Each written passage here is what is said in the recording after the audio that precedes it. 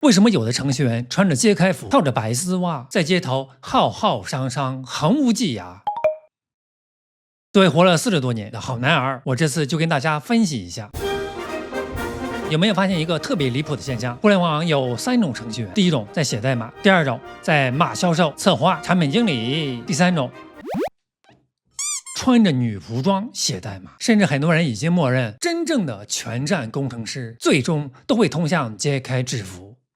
为什么 ？Why？ 难的程序员女装到底是变态、猎奇、搞流量，还是一种大型互联网行为艺术？今天我们就认真聊一聊这个社会现象，好像挺好玩的啊。敢说我喜欢听这种。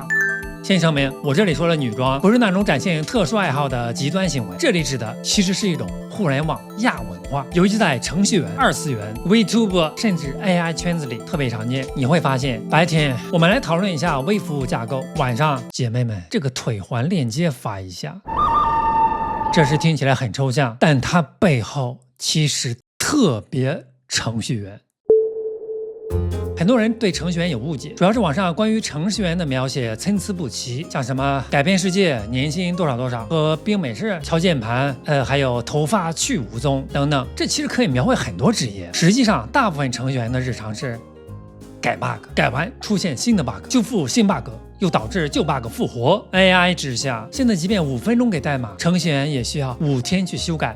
调整，或者继续用 AI 改 AI 带来的新 bug， 以此套娃下去。别人下班问今晚吃什么，程序员下班为什么这个问题只在客户电脑上出现？当然前提是可以下班。长期高压之后，人会特别需要一种反差释放。你白天越像机器，晚上越想脱离机器。而女装本质上是一种极端反差，因为程序员这个职业太硬了。逻辑、规则、性能、框架、deadline 这种缺少人性化的坚硬概念下，很多人会下意识地追求一种柔软感。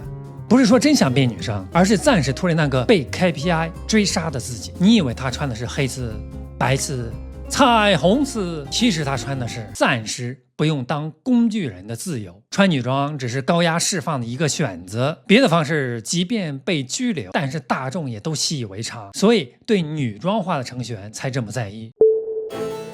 这个特别真实，程序员的确不爱说话，一方面是职业造就的，毕竟写代码和看 AI 的代码都需要专注，有人突然跑过来打岔的话，很容易让人心烦。另一方面，很多人选程序员的角色，也是因为自己就不喜欢说话。很多程序员从小就是班里不太爱说话的人种，喜欢电脑，喜欢游戏，喜欢动漫。成长过程中，他们得到的评价往往是有用但不有趣。什么意思？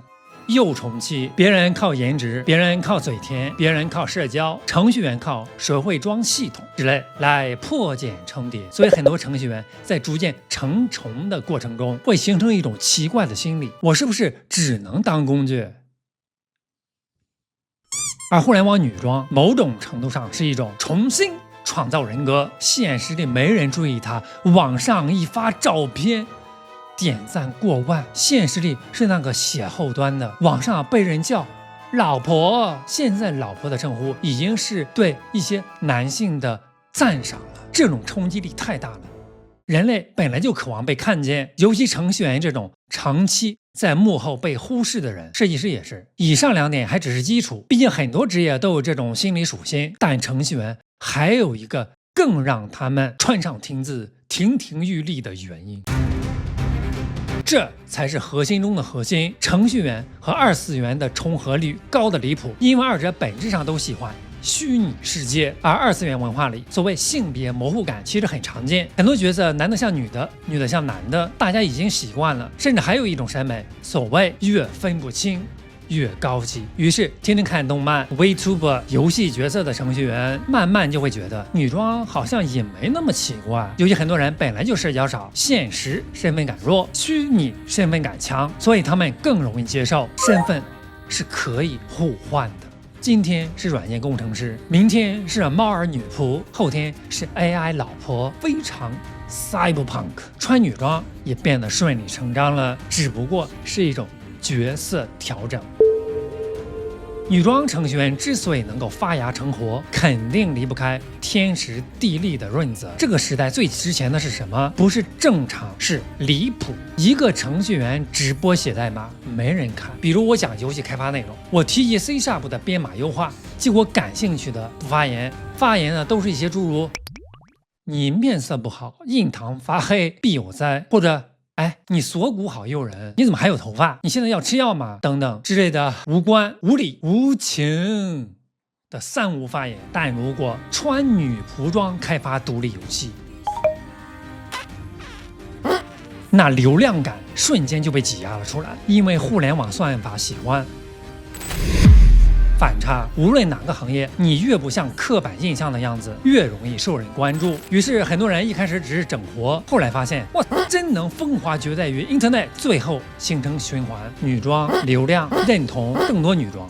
互联网就是这样，它会不断奖励那些最抽象的人。但最扎心的是，很多程序员女装不是因为太自信，恰恰相反，很多时候是因为现实里的自己太普通，普通到没人记得。你会发现很多程序员平时特别沉默，但一戴假发，整个人出课拍案惊奇的活了。因为那一刻，他终于不是工号某某某，不是那个改接口的人，那个装电脑的人，而是一个有人关注的人。这件事其实挺孤独的，但既然孤独是一个人的狂欢，那穿女装也就没有什么令人觉得费解的了。所以程序员女装有些可能是兴趣，有些人是整活，有些人是流量，有些人只是想开心一下。它更深层次的原因是高压、孤独、虚拟文化、身份焦虑、互联网反差奖励，本质上是现代互联网人的一个情绪出口。你以为程序员在 cos 女生，其实很多时候他们只是想暂时逃离那个被需求追着跑的人生。当然，我不排除变态这个可能性啊，但即便是 pervert， 我也觉得无所谓。对于两性关系，很多时候 to P or not to P， 这根本就不是 question， 不是 problem， 而是一种 must。而且说实话，比起有些人天天网上害人，程序员女装最多只伤害自己和朋友的眼睛，但有的的确也穿得不错。我不是说穿得好看，是穿得不错，这就该支持，这甚至可以说是励志。因为别人崩溃了会酗酒闹事，程序员崩溃了可能就是兄弟们，我又买了条白丝，这绝对称得上是现今互联网的文明奇迹了，总比说我印堂发黑的要好。以上是我对程序员穿女装的一些看法，你别误会，我不是为了我自己穿女装打地基，主要是我对袜子没兴趣。那你对什么有兴趣啊？不看，人生短暂，有一些不伤害他人的另类的爱好，可以陶冶情操、养精蓄锐的活着，没什么不好。我甚至为我们的社会能有这种现象出现而感到欣慰。毕竟，我们都不想生活在一个一眼望穿人生的死水中，只能看到无边落木萧萧下的社会。我们想生活在一个无尽长江滚滚来的社会里。下次谈别的东西，感兴趣的请点赞关注，也请支持我开发的游戏 app。下次见。